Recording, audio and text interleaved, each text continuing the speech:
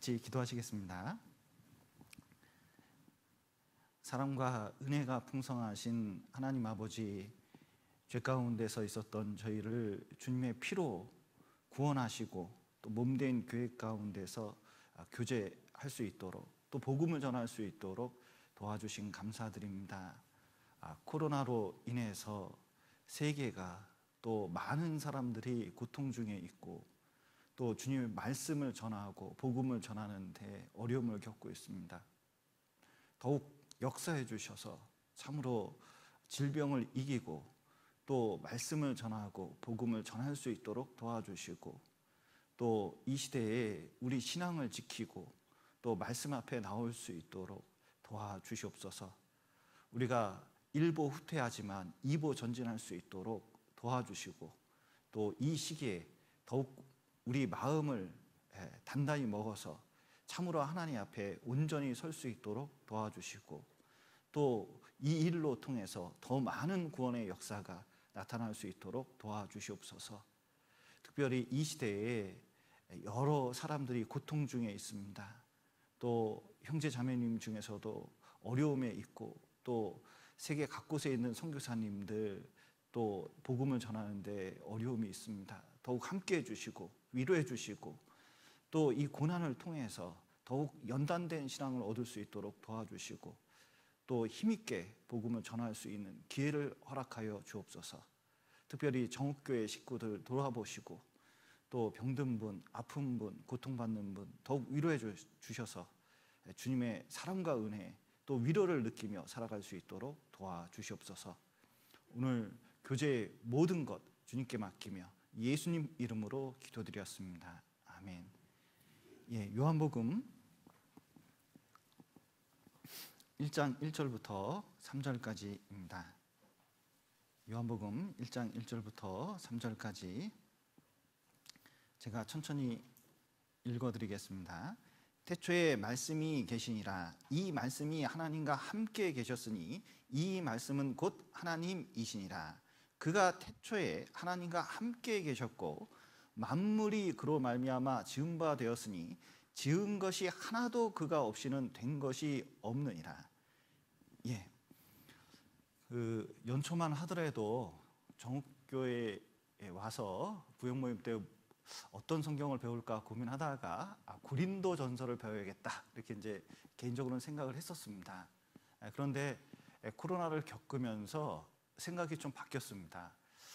주님 오실 때 다 돼가는데 진짜 내가 꼭 한번 형제 자매들께 또 세상에 꼭 전해야 될 말씀이 무엇인가 이렇게 고민해보다가 아무래도 복음을 전해야 되겠고 또 성경 중에서 가장 중요한 성경 두 가지를 뽑으라면 로마서와 요한복음이거든요. 특별히 이 가장 중요한 성경이지만 설교자에게는 가장 부담스러운 성경이 로마서와 요한복음입니다. 특별히 요한복음 설교하기가 굉장히 어렵습니다. 가장 어려운 그 성경 중에 하나가 요한복음이기 때문에 그러합니다. 그러나 정읍교회에 있을 동안에 구역 모임마다 이 요한복음을 강의하면서 끝까지 가능할런지 모르겠습니다. 제 계산해 보니까 한 8년 정도 걸리더라고요. 그런데 어떻게 해서든 이 요한복음의 핵심적인 내용을 좀 자세히 배우도록 노력하겠습니다. 특별히 코로나19 시대에 온라인으로 보시는 분들이 많이 있고 못 나오시는 분들이 많이 있기 때문에 유튜브에 좀 올리고 자주 볼 수 있도록 오늘은 특별히 그런 일은 생전 없는데 파워포인트를 만들어서 말씀을 좀 전해보도록 이렇게 하겠습니다. 요한복음의 핵심적인 내용은 이것입니다. 여기 보시면 여기 요한복음의 목적이 있습니다. 요한복음 20장 30절 31절에 나타나 있는데 요한복음을 기록한 목적이 있습니다. 분명한 목적이 있습니다. 그 목적이 무엇이냐면 너희로 예수께서 하나님의 아들이심을 믿게 하려고 합니다. 이게 핵심이거든요. 우리도 말씀을 전할 때 이제 온라인 시대가 되다 보니까 구원받은 사람들만 보는 것이 아니라 구원 안 받은 사람도 이 성경을 통해서 조금이라도 복음을 믿을 수 있도록 하는 게 얼마나 중요한지 제 자신이 스스로 좀 깨닫게 됩니다. 그래서 예수님께서 하나님 아들이심을 정확하게 믿고 또 너희로 믿고 그 이름을 힘입어 생명, 영생을 얻게 하려 함이니라. 구원받게 하려고 하는 거거든요. 그래서 예수님이 그리스도이심을 정확하게 깨닫지 못하면 구원을 얻을 수가 없어요. 그래서 요한복음의 핵심적인 내용은 이 두 가지에 초점이 맞춰 있는 것입니다. 그래서 예수님이 누구신가? 많은 사람들이 예수님이 누군가 물어보면 이렇게 대답하는 경우가 많습니다. 예수님이 누구신가? 그러면 4대 성인 중에 하나다. 소크라테스, 부처, 그 다음에 공자, 그 다음에 예수님, 이렇게 말하는 사람이 있거든요. 예수님은 4대 성인 중에 하나가 아닙니다. 사람이 아니시거든요.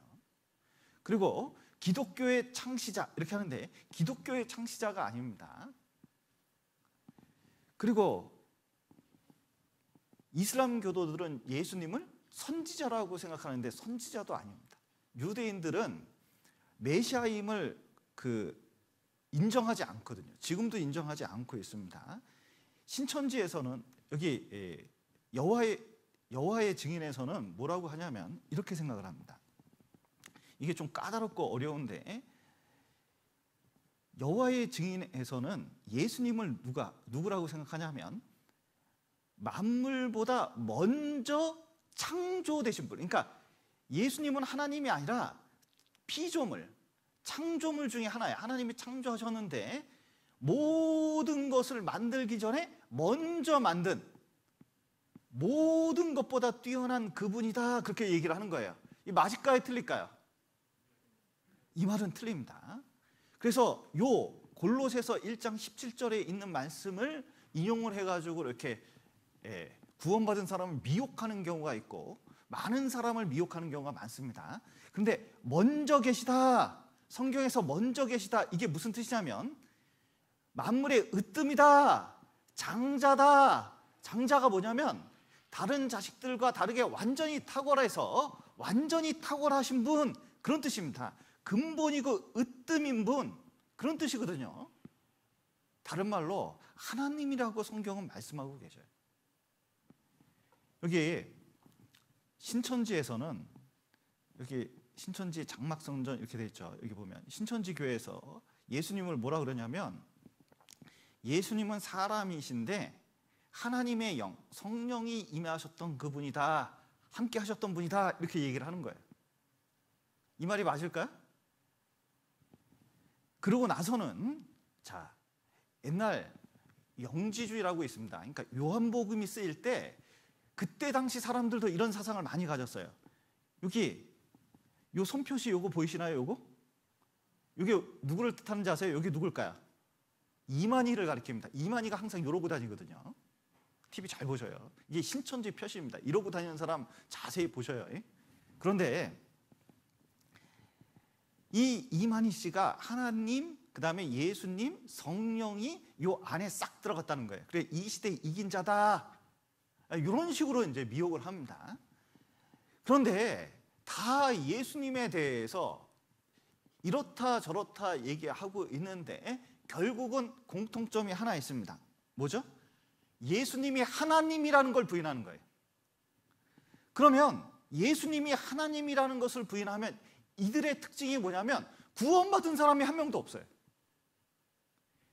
그래서 예수님이 하나님이라는 걸 인정하지 않으면 절대로 성경을 통해서 말씀을 읽어도 구원을 받을 수가 없습니다.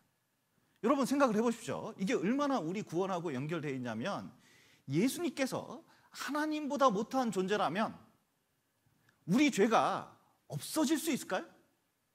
하나님의 진노, 심판이 있는데 하나님보다 못한 존재가 그걸 막을 수 있을까요? 하나님의 진노를 감히? 그럴 수가 없습니다. 우리 죄를, 나의 죄를 반드시 해결하려면 천지를 창조하신 하나님께서 그 거룩한 피로 그 대속을 하지 못하면 절대자 하나님 앞에서 그 죄를 막을 수가 없는 거예요. 그래서 이것이 우리 구원하고 얼마나 연관되어 있는지 몰라요. 그런데 구원받은 사람도 가끔 그런 생각하거든요. 예수님이 진짜 하나님인가? 자꾸 엉뚱한 생각을 자꾸 많이 합니다. 그러면 구원도 흔들리게 되어 있는 거예요. 그래서 요한복음이 쓰여진 겁니다. 그래서 요한복음 처음부터 무엇을 가르치고 있냐면 예수님께서 하나님이라는 것을 분명히 나타내고 있습니다. 요한복음 1장 1절부터 3절까지의 내용이 좀 어렵지만 자세히 분석해 보면 너무나 쉬워요. 누구를 가리키고 있냐면 예수님 가리키고 있는 거거든요.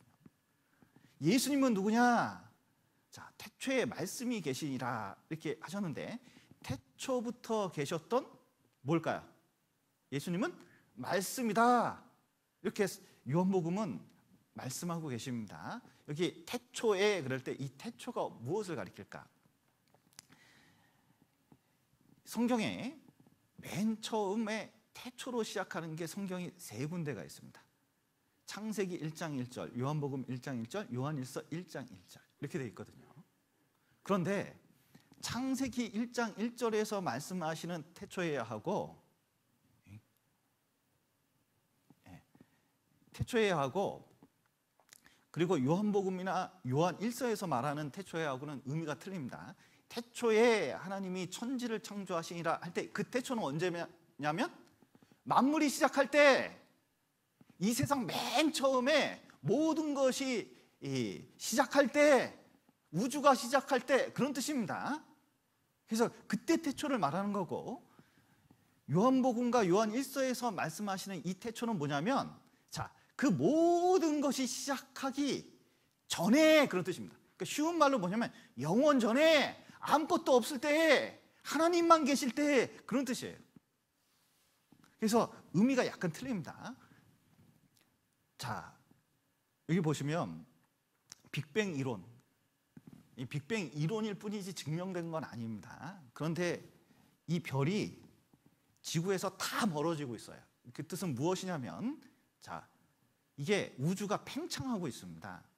팽창하고 있는데 이 팽창하는 지금 현재 우주를 말하고 있는 거고 지금 보세요. 이렇게 가는 게 미래의 우주를 말하는 겁니다.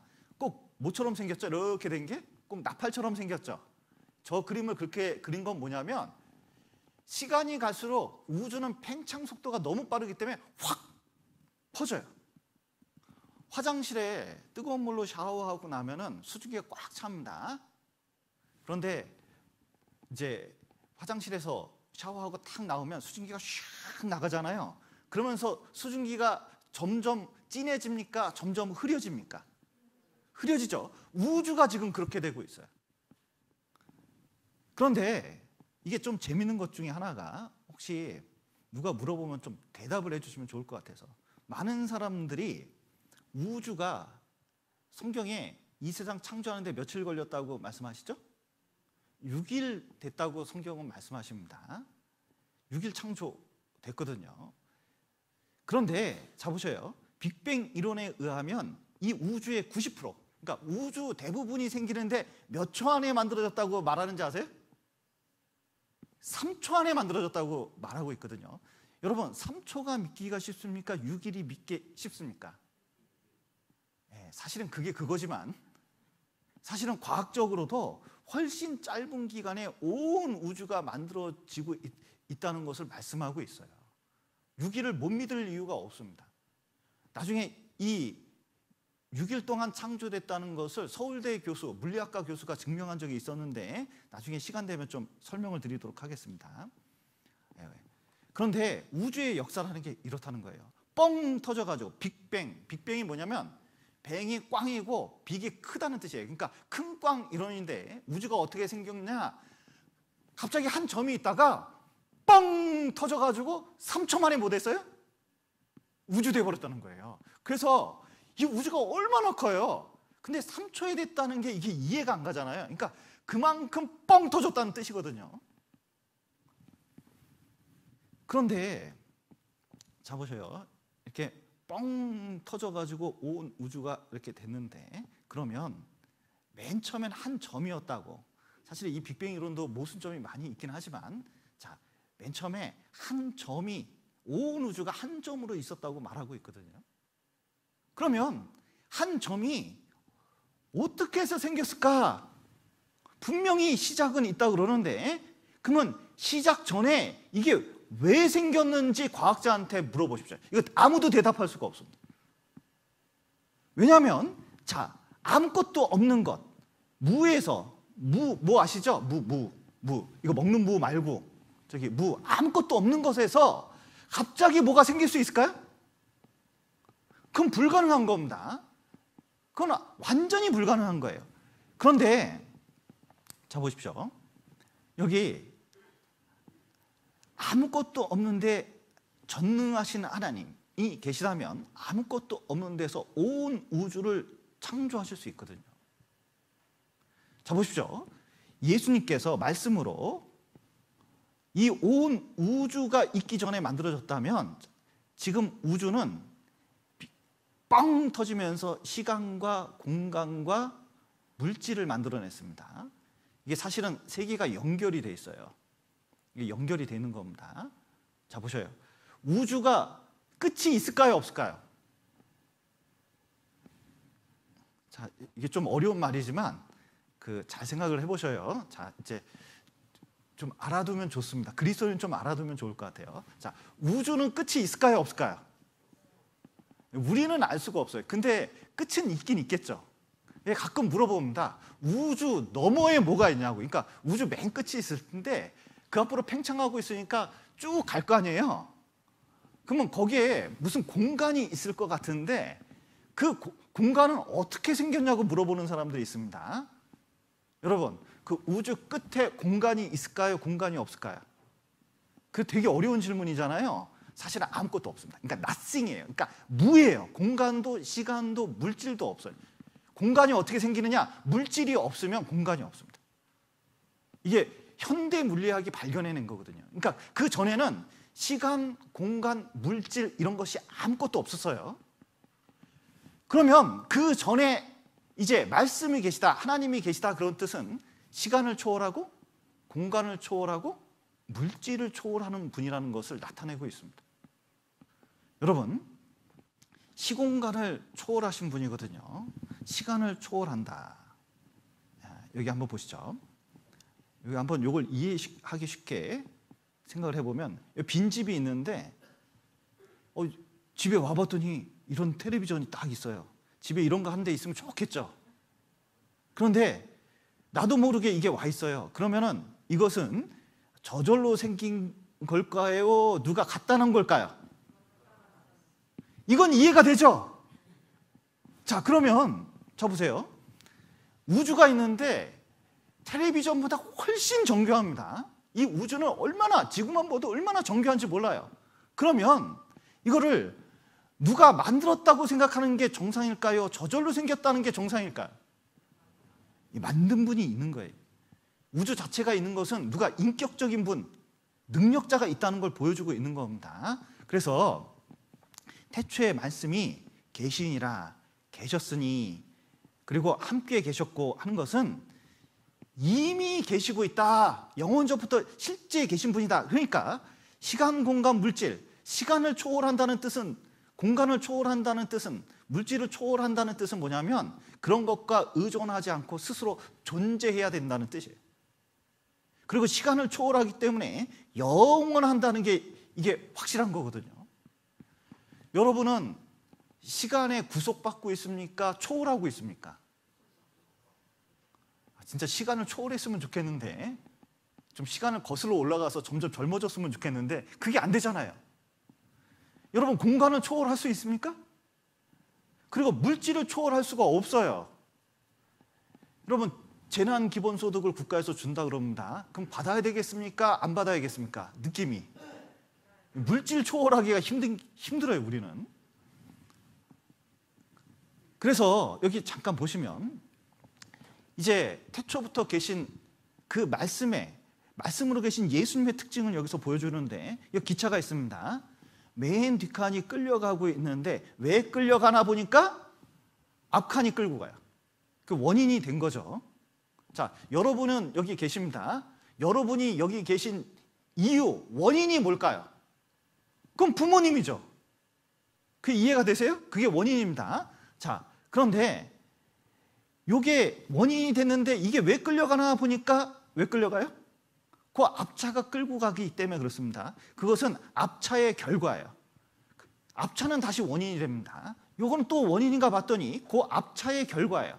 이 세상에 있는 모든 것은 다 그런 거거든요. 그런데 맨 앞차를 봤더니 칙칙폭폭 하고 이렇게 앞으로 가거든요. 그런데 왜 가나 봤더니, 자, 이 앞차는 왜 가고 있죠? 알고 봤더니 스스로의 동력으로 가고 있다는 겁니다. 이 세상에 있는 것은, 자 보십시오. 이 세상에, 지구상에 있는 것만 보더라도 이 세상에 있는 건 다 원인과 결과가 있어요. 그런데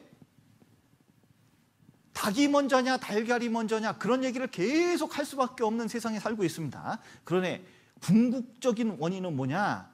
하나님이 되시고 예수 그리스도가 되신다는 것을 요한복음 1장 1절에서 그것을 나타내고 있거든요. 그렇기 때문에 시공간 그리고 물질을 초월하기 때문에 그분은 어떡하냐? 그것과 상관없이 자존하시는 분이라는 것을 알 수 있어요. 스스로 존재하는 분입니다. 스스로 있는 자라고 그래서 하나님이 말씀하셨죠.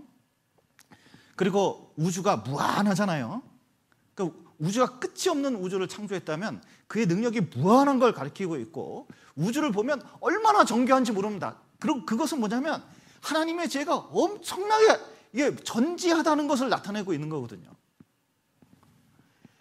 우주 자체가 무엇을 나타내고 있냐? 그 전에 계신 분이 계시다면 그분은 틀림없이 하나님일 수밖에 없다는 것을 논리적으로 가르쳐주는 거예요. 그 외에 다른 논리가 있을 수 없습니다. 그래서 성경에서는 예수님은 베들레헴에서 태어났습니다. 그런데 유다 족속 중에서 베들레헴에서 태어났는데 자꾸 사람으로 아기로 태어나다 보니까 자꾸 사람 비슷하게 생각해요. 사람들이. 신학교에서 설문조사를 했습니다. 성경을 배우는 것 중에 제일 믿지 못하는 것 1등이 뭔지 아세요? 동정녀 탄생입니다. 예수님의 동정녀 탄생이. 에이, 사람이 어떻게 그냥 아버지 없이 태어나? 에이, 다 그런 거 아니야? 뭐 이렇게 생각을 하는 경향이 많다는 거예요. 왜 그럴까요? 천지창조는 믿으면서 그런 건 잘 안 믿으려고 그래요. 마음속에 죄가 있기 때문에 자꾸 죄된 관점에서 보니까 이게 마음속에 안 받아들여지는 겁니다. 그러니까 성경에서는 특히 요한복음 요한 1서에서는 예수님께서 진짜 하나님이시다, 그것을 계속해서 강조하셔요. 그 증거가 얼마나 많은지 모른다. 예수님은 그의 근본이 베들레헴에 낳았고 사람으로 낳았지만 상고의 태초의 근본이라는 것을 말씀하고 있고, 예수님 자신도 유대인들에게 아브라함이 나기 전부터 내가 있느니라, 이게 뭐냐면 하나님만 쓰는 단어거든요.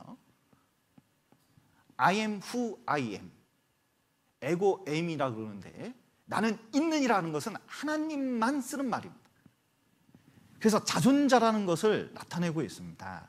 그래서 예수님께서는 태초부터 계셨고, 태초가 언제라고요? 영원 전부터 계셨고, 그리고 그때 계신 방법이 시간으로도 공간으로도 물질로도 예수님을 표현할 길이 없어요. 요한복음에서는 우리에게 알아듣기 쉽게 예수님이 누군지를 가르쳐 주시는데 그분은 태초부터 있었던 말씀이셨다. 그런데 이 말씀이 하나님과 함께 계셨으니 이 말씀은 곧 하나님이시라 그랬는데, 자 보십시오. 여기 하나님은 어떤 하나님을 가리키고 있죠? 이 말씀이 하나님과 함께 계셨으니 이분은 누굽니까? 성부 하나님입니다. 근데 이 말씀은 곧 하나님이시라 그럴 때 예수님께서 하나님이라는 것을 말씀하고 계시거든요. 자 보십시오. 개의 아들은 개입니까? 어떤 분은 새끼자를 붙이던데, 개의 아들은 개죠. 사람의 아들은 사람입니다. 그게 이해가 되시죠? 하나님의 아들은 하나님이십니다. 근데 인간적인 개념이 아니에요. 그래서 예수님은 하나님으로 계시다는 것을 태초부터 계신 그분이라는 것을 성경은 분명히 말씀하고 계십니다. 그 예수님이 누군가라는 것을 정확하게 알 필요가 있거든요. 여러분 보십시오. 여러분 예수님이 누군가 이렇게 물어보면 뭐라고 대답하시겠습니까? 예수님이 누군가, 우리가 신앙생활 이 정도 했으면 예수님이 누군가 물어보면 대답을 해야 될 거 아니에요. 그리고 나한테 어떤 의미가 있는가 대답을 해야 될 거 아니에요. 그리고 나한테 어떤 의미가 있는가, 여러분 예수님이 나에게 어떤 의미가 있고 나에게 몇 퍼센트 의미가 있습니까? 어떤 사람은 10% 의미가 있을 수 있고, 어떤 사람은 50% 의미가 있을 수 있고, 어떤 사람은 100% 의미가 있을 수 있거든요. 성경에 예수님이 나의 전부가 되는 사람들이 얼마나 많았습니까? 인생을 걸었거든요. 그런데 그분이 태초부터 계신 말씀이었고 하나님이라는 것을 깨닫게 되면 전부 걸어도 손해가 아니라는 걸 알게 돼요. 여러분, 말씀이라는 것은 우리가 생각하는 그냥 해보는 그 말 정도가 아닙니다. 그것은 성자 하나님으로서 인격을 갖추고 있고 천지를 창조하신 하나님이라는 것을 성경에서는 계속 말씀하고 계십니다. 그래서 히브리서 1장 2절에는 이 모든 날 마지막에 아들로 우리에게 말씀하셨으니, 성경에서는 예수님을 말씀으로 표현한 구절이 의외로 많습니다. 구약 성경에서도 그게 많아요. 그래서 구약 성경에서도 여호와의 말씀으로 하늘이 지은 바 되었으며 저가 그 말씀을 보내어 저희를 고치사, 그리고 사무엘하 7장 21절하고 역대상 17장 19절하고 비교해보면 이 구절 내용이 똑같거든요. 주의 말씀을 여호와로 표현한 구절이 있습니다. 그러니까 말씀이 예수님 그 자체라는 걸 암시하는 구약 성경 구절이 그렇게 많아요. 또 요한계시록에도 예수님이 직접 자기를 소개할 때 나는 알파와 오메가라 이렇게 하셨는데, 알파가 뭐죠? 알파벳에 지금으로 하면 A이고 오메가는 Z를 가리키고 있습니다. 그러니까 처음과 끝을 가리키고 있는데, 중요한 것은 문자로 표현한 뜻은 뭐냐면 말씀으로 계시다는 것을 우리에게 가르쳐주고 있는 거예요. 예수님 자체는 말씀이십니다. 그런데 요한복음 1장 18절 바로 밑에 있죠. 거기에 뭐라고 말씀하시면 본래 하나님을 본 사람이 없으되, 자, 본 사람이 없으니까 정확하게 모르잖아요. 아버지 품속에 있는 독생하신 하나님이, 자 보십시오. 예수님을 뭐라고 하셨어요? 독생하신 하나님입니다. 예수님은 누구셔요? 독생하신 하나님입니다. 신천지 만날 때 이 구절을 알아둬야 돼요. 이 구절 굉장히 중요한 구절입니다. 예수님은 그냥 영이 아니라 그 자체가 하나님입니다. 이만희 있는 하나님이 아니에요. 독생하신 하나님인데 그 하나님, 말씀으로 계신 하나님이 뭘 하시느냐? 그 하나님을 나타내십니다. 계시한다, 완전히 우리에게 드러낸다, 그런 뜻을 가지고 있는데, 영화관에 가면 이게 있습니다. 제가 영화관에 가면 가끔 이걸 보거든요. 영화관 어둠 속에서 이렇게 필름이 쫙 비치면 쫙 나오는데 빛이 쫙 나옵니다. 근데 이 빛이 그 그림 속에 뭐가 있나, 이거 빛을 자세히 봐도 뭐 왔다 갔다, 빛이 왔다 갔다 하는데 뭔지는 모르겠어요. 그런데 이것이 쫙 비쳐서 스크린에 비치면 그 안에 어떤 영상이 있는지 확 드러나거든요. 하나님은 빛이신데 하나님이 누구신지 정확하게 사람들이 알기가 어렵습니다. 자기 나름대로 또 역사하는 대로 설명을 하지만 다 알기가 힘들었거든요. 그런데 하나님을 그 자체를 드러내시는 분, 온전히 드러내시는 분이 누구냐? 그것은 예수님이라는 것을 요한복음 1장 1절에서는 자세히 말씀하고 있습니다. 그래서 여러분, 어떤 마음을 품을지라도 말로 표현 못하면 그 정확하게 알 수가 없습니다.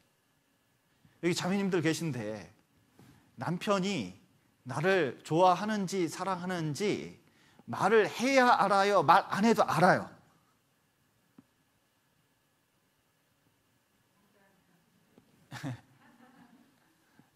이제 그런 거 다 났어요. 그러시는 것 같기도 하고. 자, 그런데 여기 남편들이 있습니다. 자, 내가 아내를 사랑하는지 말해야 알까요? 말 안 해도 안다고 생각할까요? 남편들은 말 안 해도 알지 이렇게 생각하는 경우가 있거든요. 근데 성경은 그렇지 않다. 말로 표현해야 된다. 그래서 이 언어는 어떤 대상이 있으면 1대1로 대치가 된다는 것이 굉장히 중요한 겁니다. 그런데 말씀으로서 그리스도는, 예수님은 어떻게 하느냐? 보이지 않는 하나님을 우리에게 명백히 드러내는 그분이다라는 것을 요한복음 1장 1절에서는 우리에게 보여주고 있습니다. 그래서 빌립이 예수님 십자가에 돌아가시기 전에 유언과 같은 말씀을 하니까 빌립이 요한복음 14장 8절에 물었습니다. 주여, 진짜 마지막 소원인데 아버지를 우리에게 보여주옵소서. 그러하면 족하겠나이다. 예수님 믿고 따라다니긴 했는데 진짜 하나님 한 번만 보여주십시오. 그러면 내가 이제 괜찮겠습니다. 이렇게 한 겁니다. 그랬더니 예수님께서 말씀하십니다. 빌립아, 내가 이렇게 오래 너희와 함께 있을 때 내가 나를 알지 못하느냐? 나를 본 자는 아버지를 보았거늘 어찌하여 아버지를 보이라 하느냐? 자, 예수님 누구시냐? 예수님 그 자체를 우리에게 온전하게, 완전하게 나타내시는 분이라는 것을 성경은 말씀하고 있습니다. 그리고 자, 예수님은 어떤 분이냐? 태초에 말씀이 계시리라. 자, 말씀이 계시다는 것, 태초부터 계신 그 말씀이 우리에게 나타내시려고 계신 분이라는 겁니다. 계시자로 있다는 뜻이에요. 이 말씀이 하나님과 함께 계셨으니 이 말씀은 곧 하나님이시라. 그가 태초에 하나님과 함께 계셨고, 여기 하나님과 함께 계셨고 하나님과 함께 계셨으니 계속 하나님과 함께 계셨다고 말씀하고 있거든요. 자, 하나님은 한 분입니까? 세 분입니까? 하나님은 한 분이자 세 분입니다. 그런데 왜 그럴 수가 있냐면 하나님은 완전한 연합을 가지고 있기 때문에 그래요. 여기 보면 요한복음에 보면 나와 아버지는 뭐라고요? 완전히 하나입니다. 그리고 내가 아버지 안에, 아버지가 내 안에 계시다고 성경은 계속 말씀하시는데 마치 이와 같습니다. 여기 태양이 있는데 여기 태양하고 태양빛하고 나눌 수 있나요? 태양하고 태양빛은 완전히 연합되어 있기 때문에 이것을 분리해서 생각할 수가 없습니다. 그런 것처럼 하나님과 예수님은 완전히 연합되어 있기 때문에 분리해서 생각할 수가 없다는 거예요. 완전히 하나입니다. 그래서 성경에서는 계속 이렇게 말씀하십니다. 자, 우리 하나님 여호와는 자, 몇 분이라고요? 오직 하나십니다. 그리고 하나님은 몇 분 하나님? 한 하나님입니다. 한 하나님, 한 분이시라는 거예요. 하나님은 몇 분? 한 분이셔. 이것은 구약 성경에서 계속 강조되어 있는데 이방인들이 다신교를 믿고 있기 때문에 하나님은 유일하신 분이라는 것을 나타내기 위해서 하신 말씀입니다. 그런데 자, 보셔요. 구약 성경에도 이렇게 말씀하십니다. 자, 하나님이 가라사대 나의 형상입니까? 우리의 형상입니다. 우리의 형상을 따라 우리의 모양대로 우리가 사람을 만들고, 저기 우리가 되겠습니다. 삼위일체 하나님입니다. 안선홍 증인에서는 뭐라고 하죠? 여기를 장길자 하나님과 하나님 이렇게 얘기하거든요. 그거 아닙니다. 삼위일체 하나님. 여기 창세기 3장에도 우리 중 하나와 같이 되었으니 했는데, 자, 삼위일체라는 것을 보여주고 있고 인격이 분리된다는 것을 나타내고 있습니다. 바벨탑 사건에서도 하나님이 우리가 내려가서 이렇게 표현하셨고, 이사야 6장 8절에도 누가 우리를 위하여 갈고 이렇게 표현하셨거든요. 성경은 하나님께서 삼위일체의 하나님이라는 것을 나타내고 계십니다. 이게 진짜 어려운데요. 자, 보셔요. 왜 이런 일이 생기냐면 이런 겁니다. 무한대 더하기 무한대 더하기 무한대는 뭐냐면 무한대거든요. 그러니까 무한하면 우리하고 생각이 완전히 틀립니다. 자, 보세요. 1 더하기 1 더하기 1은 뭐죠? 너무 쉽죠. 3이죠. 그런데 무한대는 3개 더해도 무한대예요. 놀라운 것은 이 앞에 있는 무한대하고 이 뒤에 있는 무한대하고 똑같을까요? 다를까요? 똑같아요. 똑같아. 그러니까 하나님은 무한하시고 영이십니다. 영이라는 것은 편재하는 영이에요. 그러니까 편재하는 건 뭐냐면 우주에 완전히 꽉 계셔요. 그러니까 분리할 수가 없어요. 우리하고 차원이 다르기 때문에 이게 가능한 겁니다. 그래서 우리가 볼 때는 차원 때문에 이해가 불가한 경우가 많아요. 자, 여기 공간에 3개로 뭉쳐져 있는 이걸 볼 수가 있습니다. 이거 하나처럼 보이죠? 근데 이게 3차원이고 여기 평면이 2차원이 있는데 이것이 뺑글뺑글 돌다가 이 평면에 닿았어요. 이렇게 닿는데 평면에서 보면 이 뒤에서 좀 보죠. 자, 요거 하나만 겹쳤을 때는 몇 개로 보이죠? 하나. 그런데 2개가 겹쳤습니다. 2개가 겹쳤어요. 그러면은 2개가 겹치면 몇 개로 보이죠? 2개. 그리고 3개가 겹쳤습니다. 그러면 몇 개로 보이죠? 3개. 그러니까 2차원에서 보면 3차원에서 보면 무조건 하나인데 2차원에서 보니까 하나 같기도 하고 2개 같기도 하고 3개 같기도 한 거예요. 우리는 하나님과 차원이 틀리기 때문에 하나님은 한 분 같기도 하고 2분 같기도 하고 3분 같기도 한 거예요. 그러나 온전히 하나이십니다. 그래서 여기 보면 완전히 연합된 그분이고, 여기 보시면 예수님은 누구냐? 만물이 그로 말미암아 지은 바 됐으니, 만물의 근원이 예수님이다. 지은 것이 하나도 그가 없이는 된 것이 없느니라 말씀하셨는데, 모든 만물의 근원이 예수님이라는 걸 알아야 됩니다. 옛날에는 그 그리스 철학자들은 만물의 근원은 물이다, 흙이다, 뭐 그 공기다, 뭐 등등 이런 식으로 말을 했는데, 이 만물의 근원은 예수님입니다. 제가 대학교 때 아인슈타인의 통일장 이론에 매료가 됐거든요. 이 세상 원소부터 시작해서 우주까지 공식 하나로 해결할 수 있는 그 공식 하나 만들려고 했어요, 아인슈타인이. 근데 연구해 보니까 그런 거를 만들 수가 없고 그런 건 없어요. 하나님이 그런 식으로 만들지는 않았어요. 그런데 모든 것의 근원을 쭉 찾아가면 근본 원인이 뭔지 아셔요? 예수님입니다. 예수님. 예수님 알게끔 하려고 하는 거거든요. 여기 잠깐 보시면 잠언 8장에 이렇게 말씀하고 계십니다. 자, 여호와께서 그 조화의 시작, 곧 태초에 일하시기 전에 나를 가졌으며, 이때 나가 누굴까요? 잠언 8장에는 지혜로 되어 있는데 말씀으로 계신 예수 그리스도를 말씀하고 계십니다. 그래서 뭐 만세전 상고부터 땅이 생기기 전부터, 그러니까 모든 것이 생기기 전에 내가 그 곁에 있어서 창조자가 되어 이 모든 것을 함께 했다는 것을 나타내고 있습니다. 그러니까 이 온 우주는 근본이 누구예요?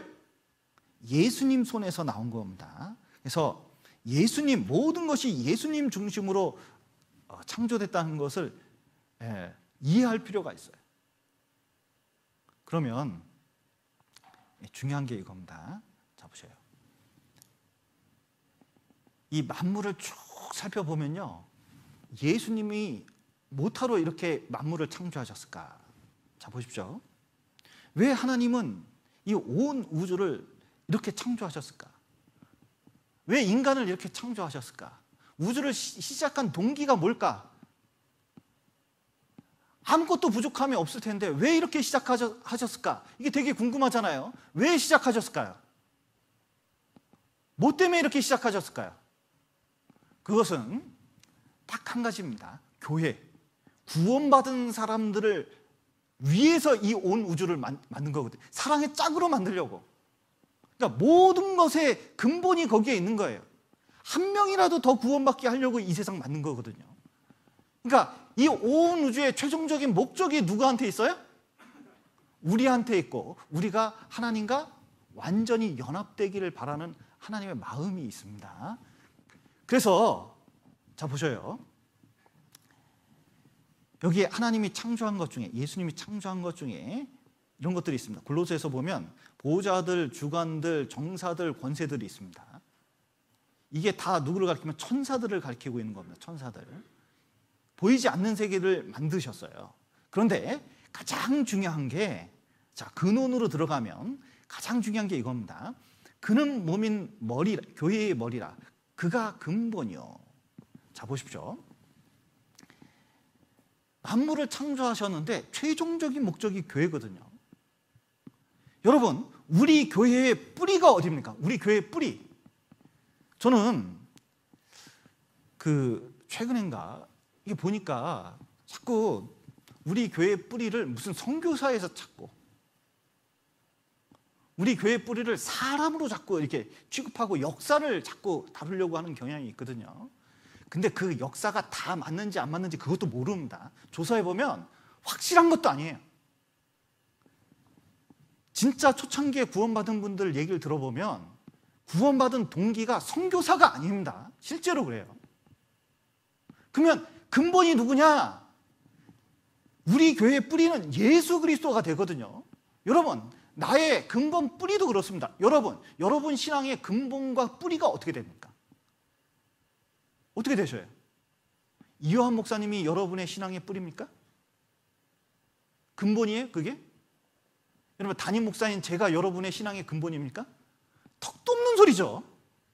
우리는 복음의 말씀을 전도자를 통해서 전할 수는 있습니다. 그런데 그 전도자의 말을 듣고 성경을 통해서 복음을 듣고서 십자가하고 1대1로 만나지 않으면 이거 구원을 안 받는 거예요. 우리의 구원의 뿌리는 십자가고 예수 그리스도거든요.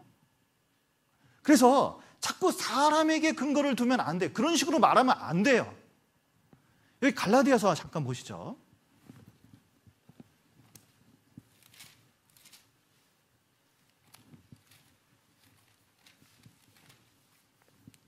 갈라디아서 1장 11절입니다. 1장 11절. 형제들아, 내가 너희에게 알게 하노니 내가 전한 복음이 사람의 뜻을 따라 된 것이 아니라 이는 내가 사람에게서 받은 것도 아니요 배운 것도 아니요 오직 예수 그리스도의 계시로 말미암은 것이라. 자, 보십시오. 바울 사도가 구원받은 것은 다메섹 도상에서 예수 그리스도 만났거든요. 그때 예수님께 말씀 들어서 구원을 받았을까요? 아니면 그 다음에 아나니아를 만나서 이 눈에 비늘 같은 눈꺼풀을 눈에서 비늘 같은 것을 벗겨내가지고 눈이 보이게 했거든요. 그때 먼저 깨달은 아나니아에게서 복음 깨달아서 들었을까요? 나중에 바나바를 통해서 사도들을 만나는데 그 사도들에게 복음을 들은 걸까요? 그런 게 아닙니다. 직접 예수 그리스도를 통해서 십자가의 의미를 바울 사도는 직접적으로 깨달은 거거든요. 우리도 마찬가지입니다. 그래서 우리의 근본은 다른데, 우리의 뿌리는 다른 데 있는 게 아니에요. 그에게 있다는 것을 명심해야 됩니다. 다 그로 말미암아 됐다는 것을 꼭 알아야 되거든요. 이 말씀에게서 교훈을 얻어보면 그가 없이 된 것은 하나도 없다는 걸 알아야 됩니다. 자, 보셔요. 예수님 없이는 말씀이신 예수님이시기 때문에 아무 말씀도 깨달을 수가 없어요. 유대인들은 자, 보십시오. 유대인들은 구약 성경을 배우는데 모세와 및 모든 선지자의 글, 이게 뭐냐면 구약 성경입니다. 그런데 이걸 부산히 읽어요. 유대인들 사이트 들어가가지고 유대인들이 구약 성경 얼마나 아는지 살펴보면요, 입이 떡떡 벌어집니다. 야, 이런 거 어떻게 알았을까? 역시 유대인은 유대인이다. 근데 거기까진 좋아요. 뭐 배경이라든지 생활상이라든지 그런 거 자세히 잘합니다. 그 뭐만 못 깨닫는지 아세요? 복음하고 연결이 안 돼요. 예수님하고 연결이 안 돼요. 분명히 분명히 말하고 있는데. 그러니까 모든 성경에 쓴 바 자기에 관한 것을 자세히 설명하셔서 이 유대인들이 깨달았거든요. 여기 누가복음 24장 44절에도 곧 모세의 율법과 선지자의 글과 시편에 누굴 가르쳐 줬어요? 나를 가르쳐 교육된 모든 것이 이루어져야 하리라. 그러니까 구약 성경의 모든 것은 예수님 가르치고 있는 겁니다. 여러분, 구약 성경이 있고 신약 성경이 있습니다. 그러면 구약 성경은 그림자거든요. 신약 성경은 본체고. 그러니까 구약 성경이 읽을 때 그림자 보고 있는 거예요. 여러분, 그림자 보고 실제 알기가 어렵잖아요. 그러니까 예수님 빼놓고 구약 성경 읽어보면 제대로 아무리 똑똑해도 깨닫기가 되게 힘들어요. 그런데 예수님 대입해서 성경을 읽을 줄 알아야 됩니다. 예수님 만나고 하나님 만나는 방법이 무엇이냐? 말씀 아니면 안 돼요. 여러분, 성경 좀 읽으셔요? 코로나19가 있을 이때에 진짜 중요한 게 뭐냐면 드디어 개인적인 신앙 드러납니다. 하나님 앞에 내 신앙의 실체가 드러나기 시작해요. 보십시오. 죄에 가까우면 성경이 멀어지고 성경을 가까이 하면 이 세상과 죄가 멀어지게 되어 있습니다. 코로나19가 딱 오잖아요. 개인 시간이 많아지잖아요. 그런데 진짜 예수님이 중요하고 신앙이 얼마나 중요한지 깨달은 사람은 성경이 점점 가까워집니다. 말씀을 많이 듣게 되어 있거든요. 그러면서 하나님하고 친밀한 시간을 갖게 됩니다. 그런데 이제 마음속에 신앙생활은 바쁘게 교회를 통해서 이제 신앙을 배워가는데 막상 하나님하고 안 친하고 활동 중심으로 되어 있으면요, 이런 시간에 뭐 하냐면 이게 이상하게 공허한 거예요. 신앙생활이 안 되는 거예요. 성경을 안 읽어요. 그리고 하나님과의 친밀감도 없어요. 그 전에 봉사도 많이 하고 교제도 많이 하고 많이 했는데 그냥 나오니까 하는 것이지 진짜 하나님과 연결해서 예수님과 연결해서 신앙생활을 한 것이 아니라는 게 이런 때 드러난다니까요. 여러분, 폭풍우가 있습니다. 그리고 배를 저어갑니다. 물이 배 안으로 들어왔어요. 그러면 사람들이 짐을 버리기 시작합니다. 배를 가볍게 하기 위해서. 맨 먼저 버리는 게 뭐예요? 가장 쓸데없고 무거운 것부터 버려요. 가치 없는 것부터 버리는 겁니다. 코로나19나 여러 가지 고난이 왔을 때 제일 먼저 버리는 거 있잖아요. 자기 생활 가운데 그렇게 의미가 있는 게 아니에요.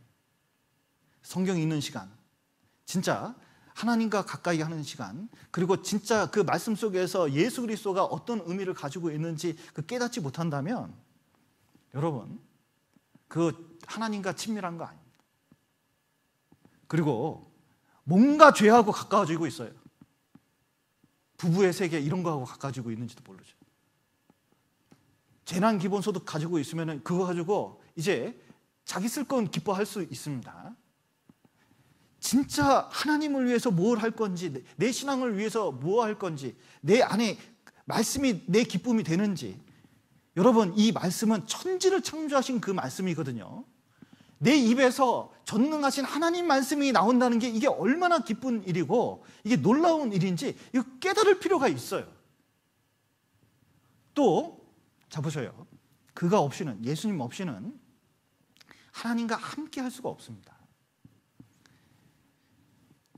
여러분, 자 보셔요. 아무리 종교생활 많이 하고 교회생활 많이 하더라도 구원 안 받으면 하나님과 함께 할 수 있을까요, 없을까요?